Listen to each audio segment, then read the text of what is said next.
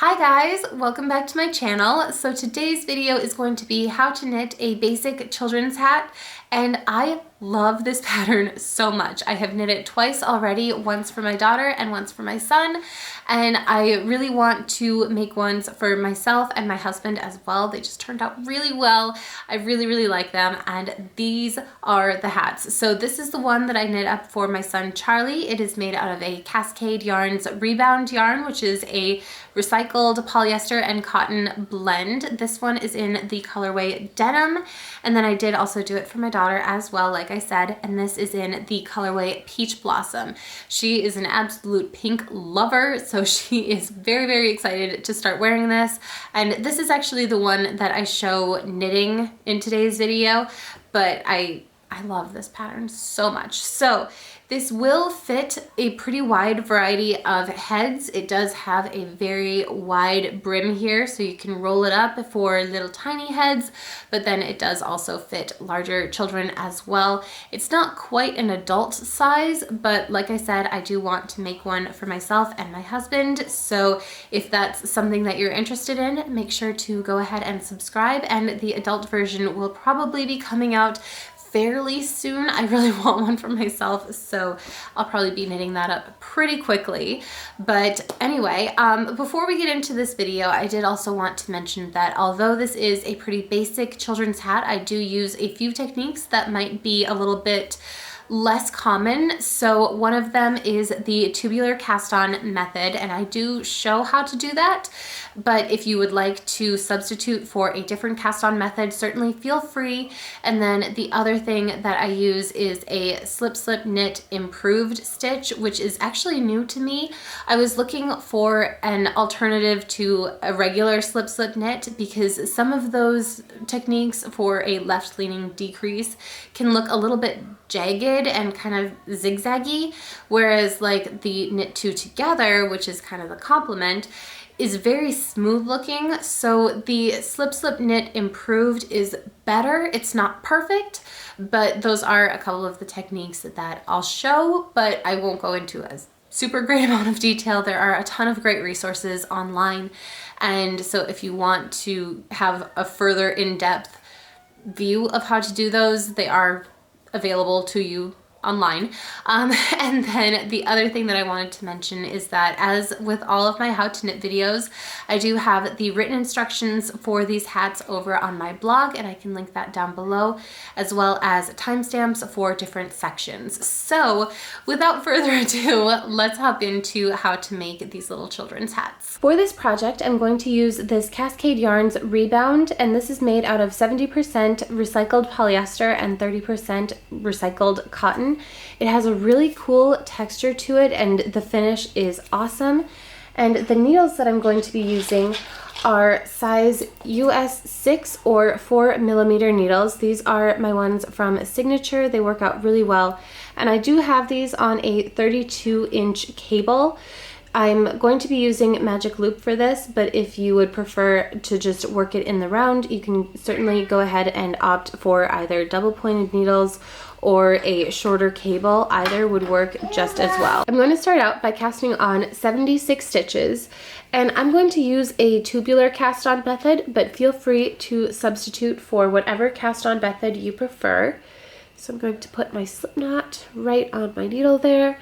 And then for this, I'm going to hold my working yarn kind of over my index finger and the tail of my yarn over my thumb. And I'm going to start out with the purl version of this. So I'm going to take my needle behind that top thread, then I'm going to go down on that bottom thread, and there you can see I have a little bump, kind of like a purl stitch. And now I'm going to alternate that. So I'm going to take my needle around the bottom thread, and then I'm going to go on the top thread, and then I have the knit version. So I'm going to keep doing this until I have 76 stitches on my needle here. Just kind of alternating, going and grabbing that top and that bottom for a purl, then bottom and top for the knit until I have 76 stitches on my needle here. Once I have 76 stitches cast on, I'm very carefully going to turn my work here, and I'm going to work 2 rows flat before I start working in the round. So this first row, I'm going to knit that first stitch through the back loop. So I'm putting my needle just in that back loop there, bringing my yarn around and pulling it through in a knit stitch. Then I'm bringing my yarn forward and I'm going to slip the next stitch purlwise. Now I'm going to take my yarn back through the middle there so that it's in the back and knit the next stitch through the back loop.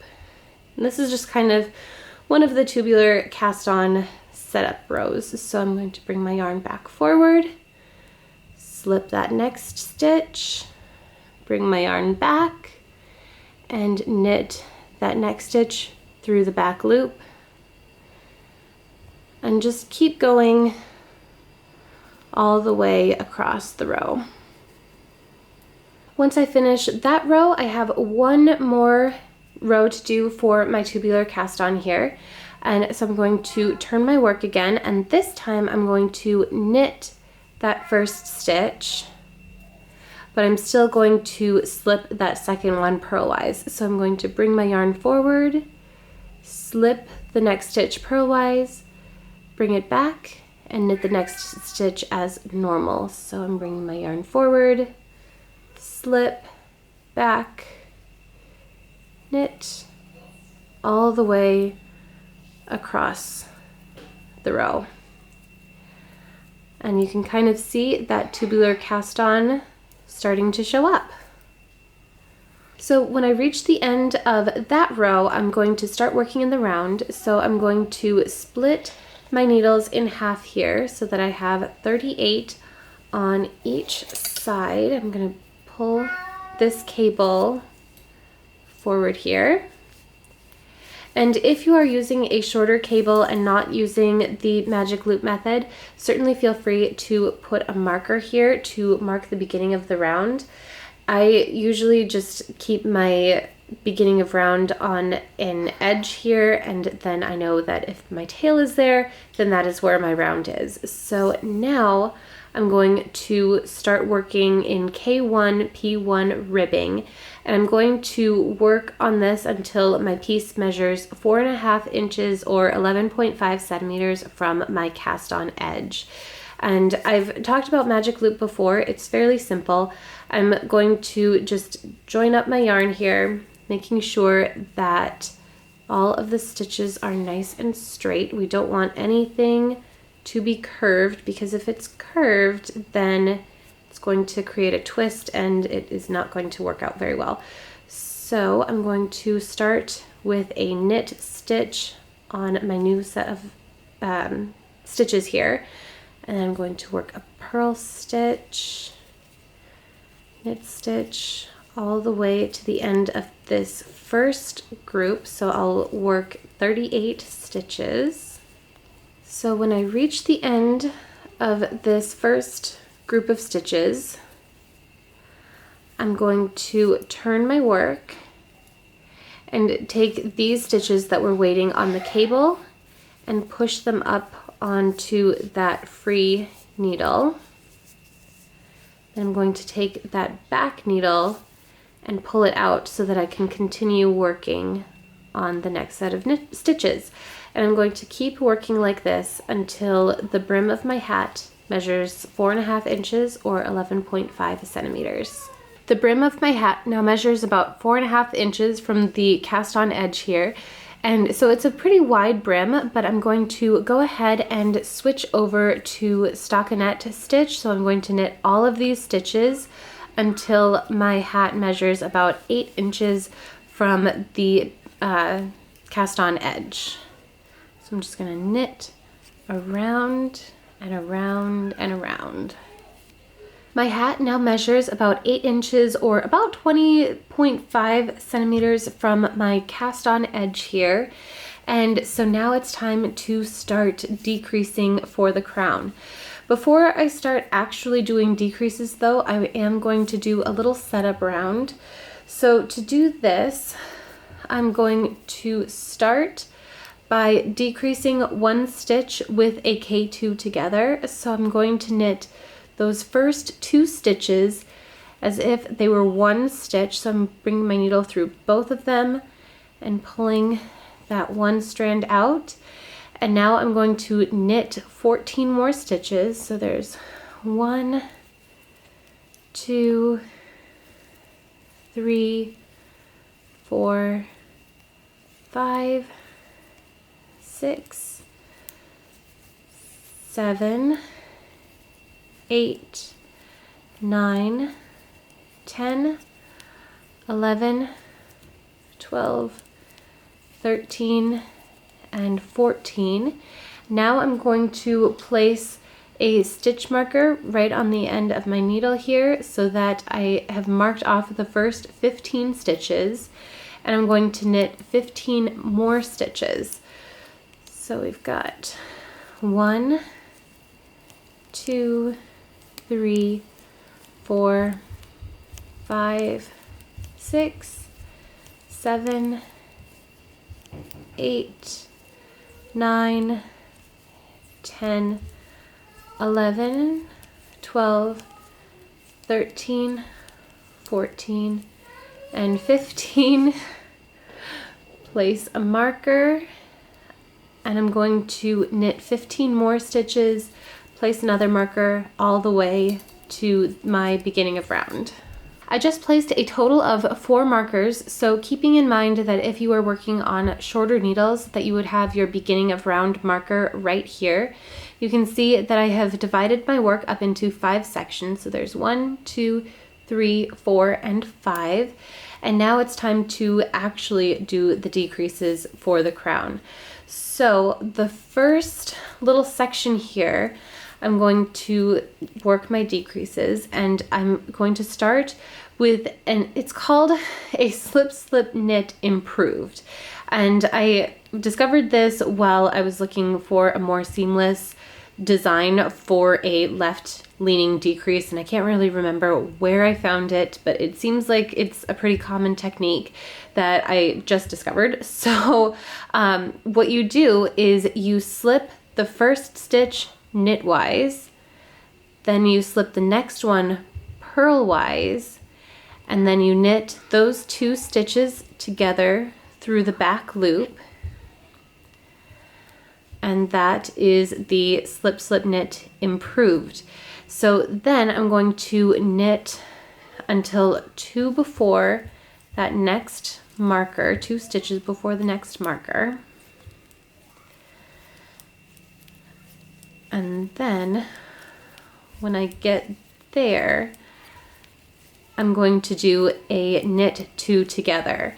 And this is just like before, where I'm going to knit those next 2 stitches as if they were 1 stitch. And that is it for the decreases. So I'm going to repeat that little section on all the rest of my sections here. So the last 4 sections. I'm going to do that slip slip knit improved. So I'm going to slip my first stitch knitwise, the next one purlwise, and knit those 2 stitches through the back loop there. And then I'm going to knit until 2 before my next marker.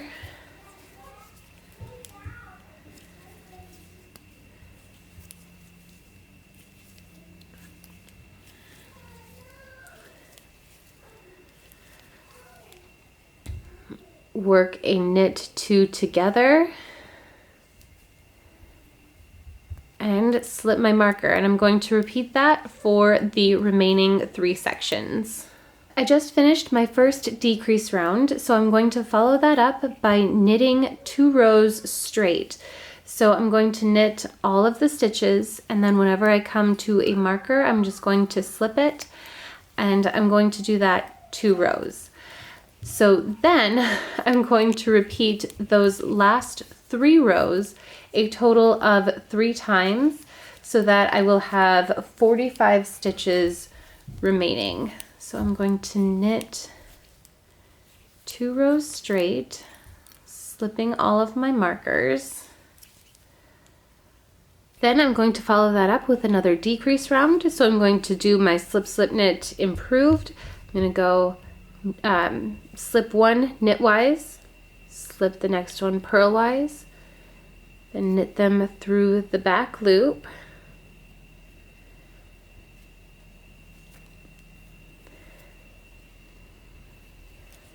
Knit until 2 before my marker.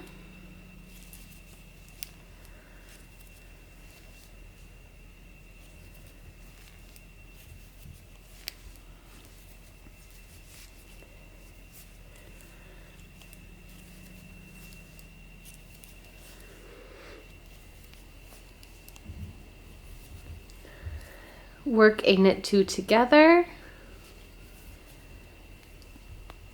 Slip my marker and repeat all around this round.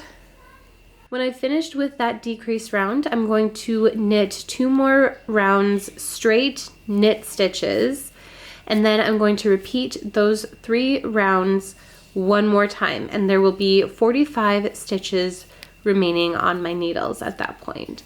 So I'm going to go ahead and do that, and then we'll move on to the next part of the crown. I just finished my final repeat of the decrease round followed by 2 knit rounds, and now I'm kind of going to do the same thing. I'm going to work a decrease round followed by a knit round, and I'm going to do that 3 times as well. So I'm starting out with a decrease round. I'm going to start with that slip, slip, knit improved. So I'm going to slip that first stitch knitwise, slip the second one purlwise, knit through the back loop of those 2 stitches, and knit until 2 before my marker.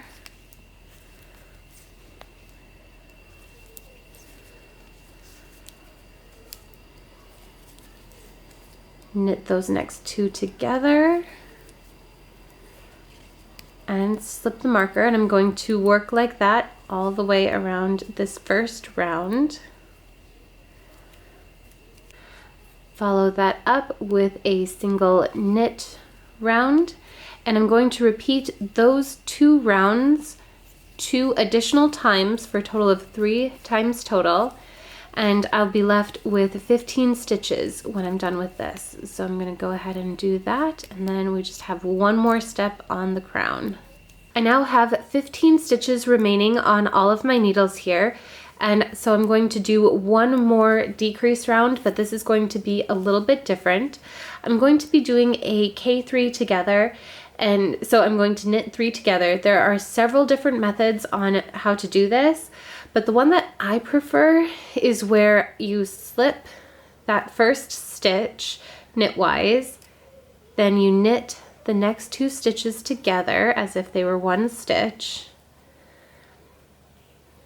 And then you take that first stitch and slip that right over the top.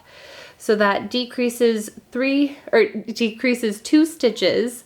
So I've got 1 of my 3 remaining, and I'm going to do that all the way around. So I'm going to go ahead and remove this marker. We really don't need it anymore.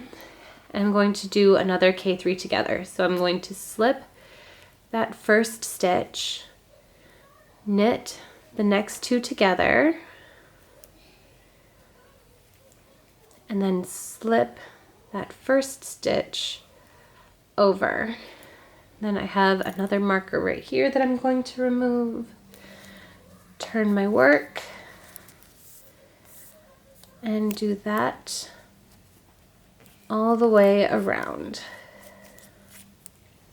Then once that round is complete, I have 5 stitches remaining, so I'm going to take a tail of yarn here and go ahead and cut that.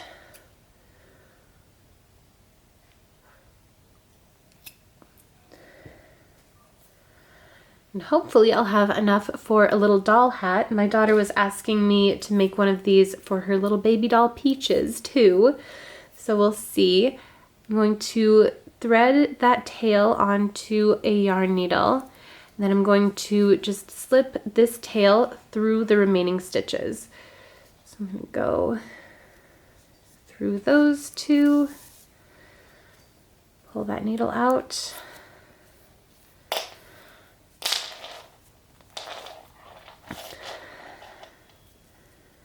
Slip through those last 3. And I can remove my needles completely. And then I'm going to just take that tail and pull it tight. And all that's remaining is to weave in the ends and block. And I know I've said several times that blocking is a personal preference. I always suggest it.